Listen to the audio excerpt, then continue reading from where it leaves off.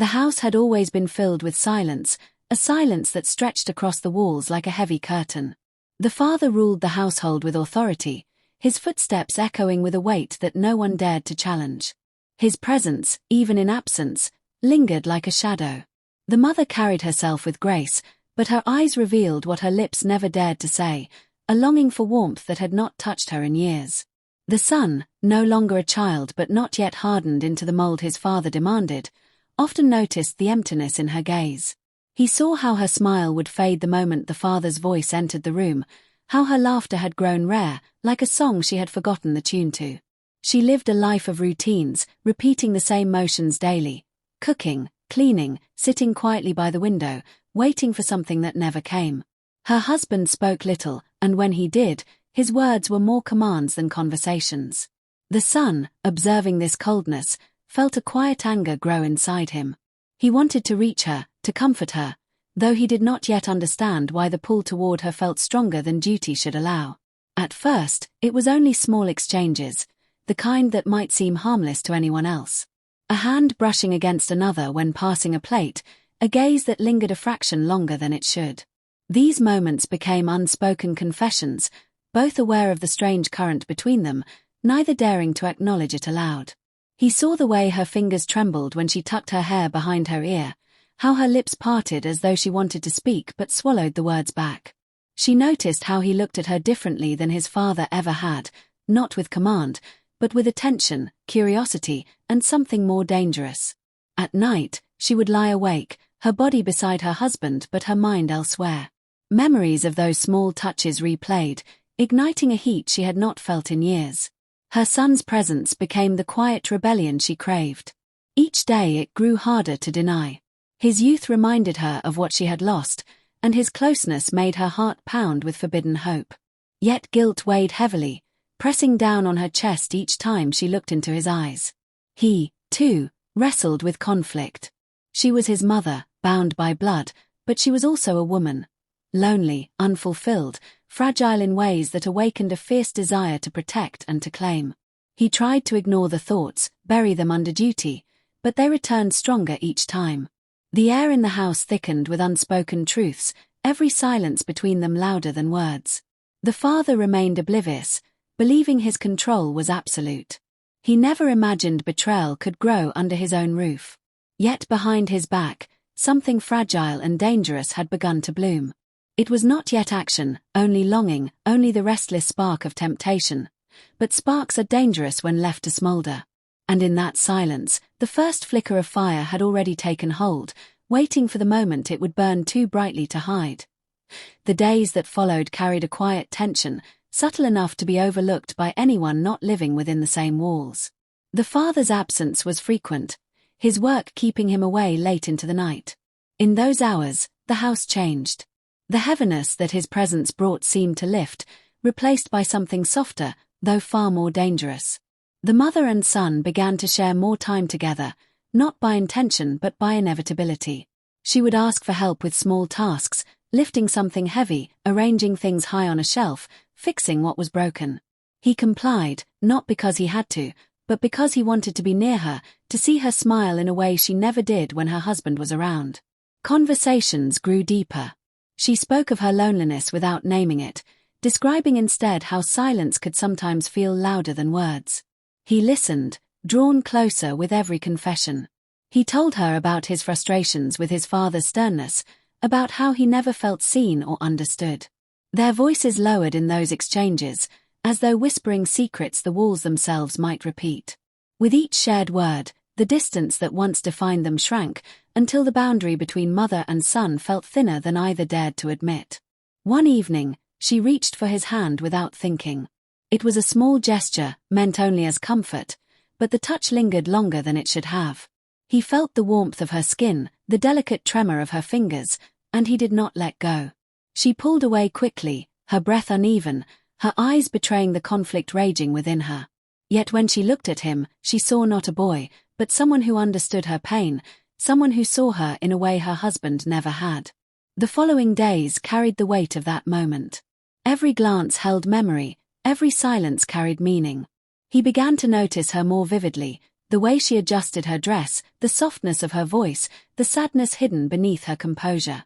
She, in turn, could no longer ignore the pull she felt.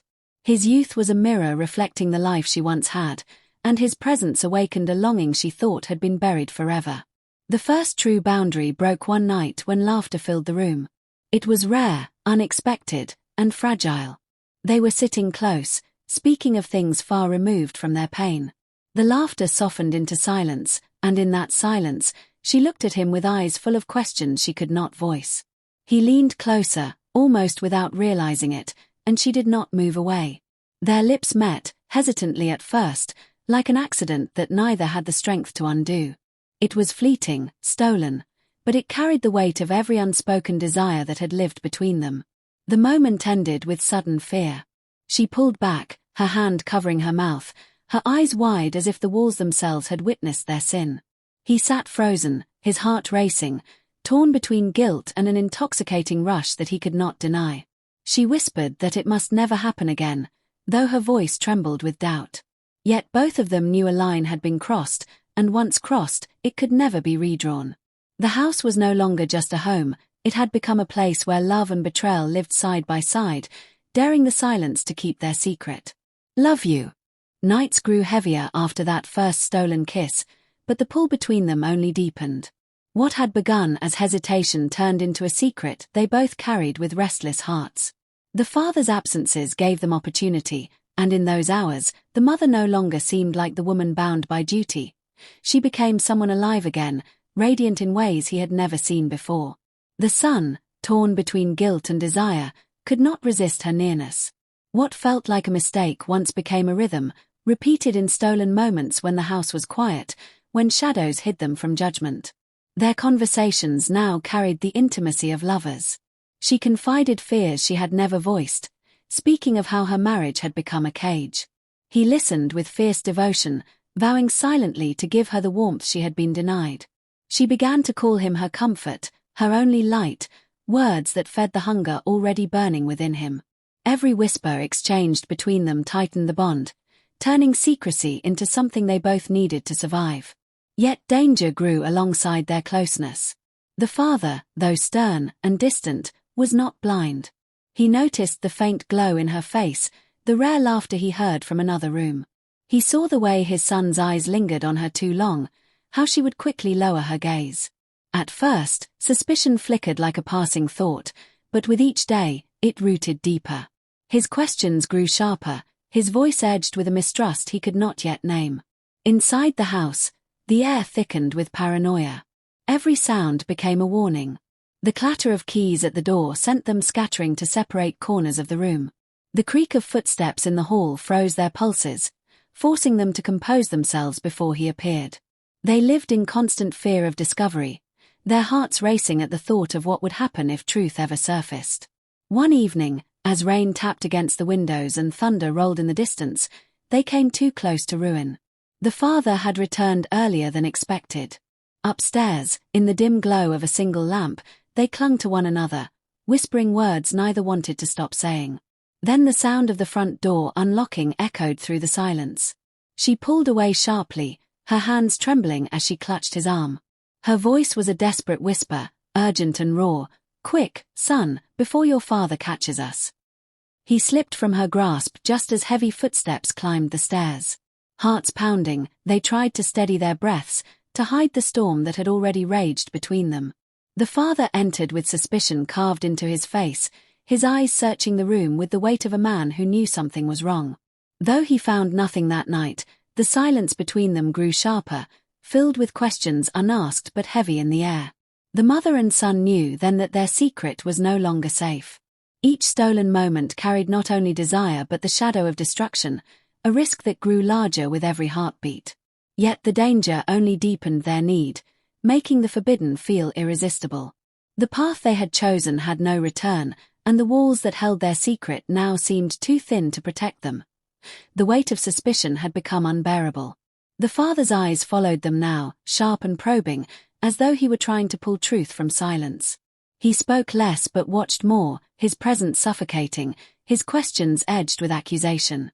The mother, once able to conceal her emotions, found it harder to mask the nervous tremor in her hands or the fleeting glances she gave her son. The son, too, grew restless, his heart torn between wanting to protect her and fearing the storm his father's rage could unleash. Their secret had begun to crack under the pressure of eyes that seemed to see everything. One evening, the confrontation came. The father returned home earlier than expected, his face clouded with suspicion that had hardened into certainty. He demanded answers with a voice that shook the walls. He accused his wife of deception, his tone more command than question. She denied at first, but her voice wavered, her denial thin against the fury burning in his eyes. The son stepped forward, his chest tight, caught between silence and confession. The father's gaze turned on him, and in that instant, the house felt like it would shatter. The mother spoke quickly, her words desperate, pleading. She begged him to listen, to believe that his imagination was crueler than reality. But her husband's face revealed no mercy. He listed her absences, her changed behavior, the rare smiles he had not seen in years. His anger was not only jealousy but pride wounded by the possibility of betrayal. The silence between his accusations was worse than his words, filled with the unspoken threat of violence and ruin. The son's blood surged with anger and fear. He wanted to defend her, to shield her from the man who had broken her spirit long before desire had entered their hearts. But to speak truth would destroy them both. To remain silent was to let suspicion fester into something darker. He stood frozen, his voice trapped behind clenched teeth, while the father's questions grew sharper, each one demanding what none of them dared to say aloud. The mother's tears betrayed her. She wept not only from fear but from the crushing weight of guilt she could no longer hide. Her husband's face hardened further, and for a moment, it seemed the secret would burst forth, tearing the family apart in an instant. But she forced herself to hold the lie, swallowing truth like poison, claiming her sadness was only loneliness, that her son had been her only companion in an empty house. Her words were thin, fragile, but enough to stall the eruption of violence. That night ended without proof, but not without scars. The father's suspicion did not fade, it lingered like smoke after fire, heavy and choking. The mother and son retreated into silence, their secret alive but surrounded by danger on all sides. Their hearts still beat for one another, but every glance carried the reminder of how close they had come to ruin. In the quiet that followed, when the house once again fell into uneasy silence, she whispered words meant only for him. Her voice was faint, trembling with both love and fear. "Quick, son, before your father catches us." The words no longer carried the thrill of desire but the weight of dread, a haunting reminder of the line they had crossed. And though the secret remained hidden, they both knew it could never be erased, only endured, as love and betrayal continued to burn in the shadows of their home.